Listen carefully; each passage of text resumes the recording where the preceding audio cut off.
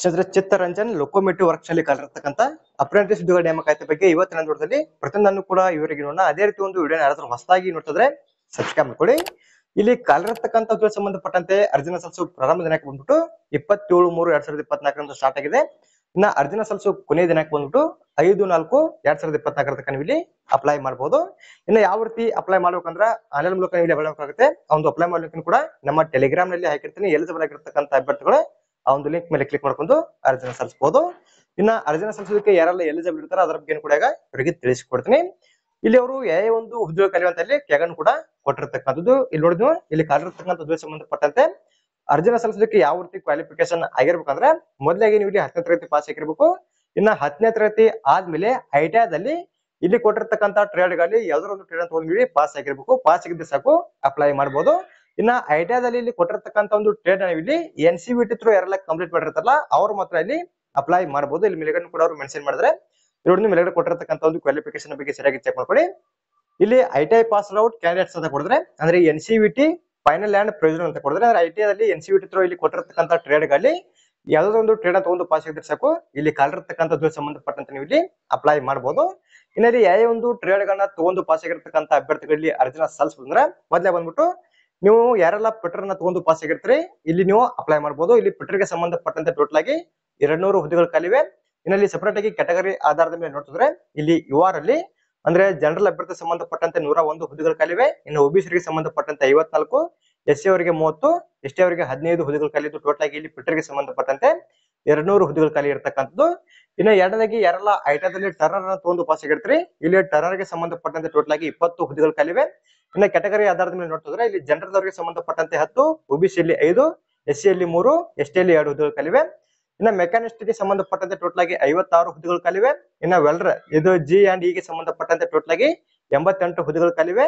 ಇನ್ನ ಎಲೆಕ್ಟ್ರಿಷಿಯನ್ ಗೆ ಸಂಬಂಧಪಟ್ಟಂತೆ 112. ಇನ್ನ refrigeration and air conditioning mechanic ಗೆ ಸಂಬಂಧಪಟ್ಟಂತೆ ಟೋಟಲ್ ಆಗಿ 4 ಹುದ್ದೆಗಳು ಖಾಲಿವೆ.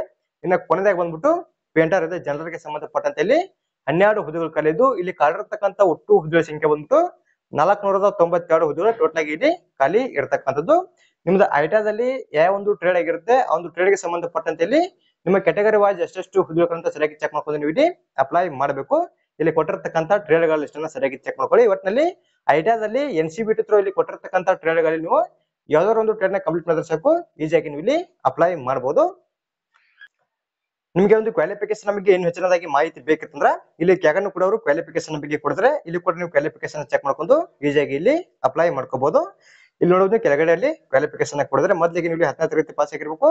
ಅದಾದ್ಮೇಲೆ 10+2 ಇಲ್ಲಿ ಐಟಿಐದಲ್ಲಿ ಅಲ್ಲಿ ಮೇಲ್ಗಡೆ ಕೊಟ್ಟಿರ್ತಕ್ಕಂಥ ಟ್ರೇಡ್ ಗಳಲ್ಲಿ ನೀವು ಯಾವ್ದಾದ್ರು ಒಂದು ಟ್ರೇಡ್ ತಗೊಂಡು ಪಾಸ್ ಆಗಿದ್ರೆ ಸಾಕು ಈಸಿಯಾಗಿ ಇಲ್ಲಿ ಅಪ್ಲೈ ಮಾಡಬಹುದಾಗಿರುತ್ತೆ. ಅದು ಕೂಡ ಇಲ್ಲಿ NCVT ತಗೊಂಡು ನೀವು ಇಲ್ಲಿ ಪಾಸ್ ಆಗಿರ್ಬೇಕು.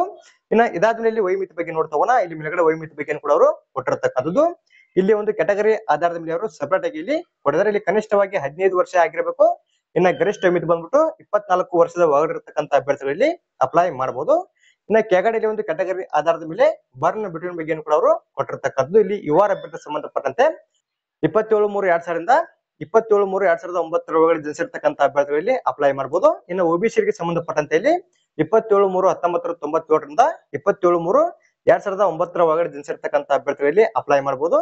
ಇನ್ನು SC ಮತ್ತು ST ಅವರು ಬಂದ್ಬಿಟ್ಟು 27/3/1995 27/3/2009 ಒಳಗಡೆ ಜನಿಸಿರ್ತಕ್ಕಂಥ ಅಭ್ಯರ್ಥಿಗಳಲ್ಲಿ ಅಪ್ಲೈ ಮಾಡಬಹುದು. ಇಲ್ಲಿ ಕೊಟ್ಟಿರ್ತಕ್ಕಂಥ ಒಂದು ವಯೋಮಿತಿ ಬಗ್ಗೆ ಸರಿಯಾಗಿ ಚೆಕ್ ಮಾಡ್ಕೊಂಡು ನೀವು ಇಲ್ಲಿ ಅಪ್ಲೈ ಮಾಡಬೇಕು.